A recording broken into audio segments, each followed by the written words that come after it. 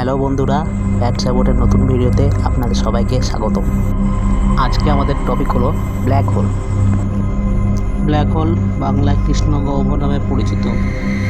এটি মহাকাশের এমন একটি স্থান যেখানে মাধ্যাকর্ষণ শক্তি এতটাই বেশি যে কোনো কিছুই, এমনকি আলো এর থেকে বের হতে পারে না। একে কৃষ্ণগহ্বর বলার একটি কারণ হলো এটি আলো শোষণ করে নেয় এবং প্রতিফলন করে না, তাই একে কালো দেখায়।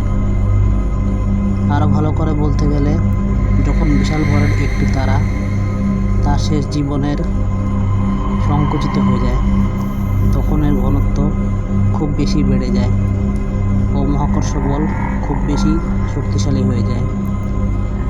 এই শক্তিশালী মহাকর্ষের কারণে ব্ল্যাক হোলের আশেপাশে থাকা সব কিছুই, যেমন গ্যাস, ধুলো, গ্রহ, তারা, এমনকি আলো এর থেকে বেরোতে পারে না। ব্ল্যাক হোলের মাধ্যাকর্ষণ শক্তি এতই বেশি যে এখানে সময়ও ধীর গতিতে চলে। ব্ল্যাক হোলে পড়ে যাওয়া বস্তু কখন যায় কেউ জানে না।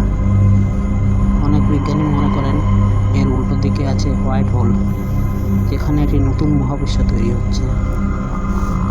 প্রতিটি ব্ল্যাক হোলের মধ্যে একটি করে নতুন মহাবিশ্ব রয়েছে, যা মাল্টিভার্স নামে পরিচিত।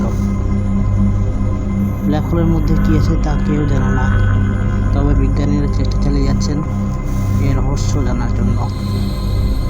আপনার কি মনে হয় কমেন্টে অবশ্যই জানাবেন, এবং ভিডিওটি ভালো লাগলে অবশ্যই লাইক, সাবস্ক্রাইব করে পাশে থাকবেন।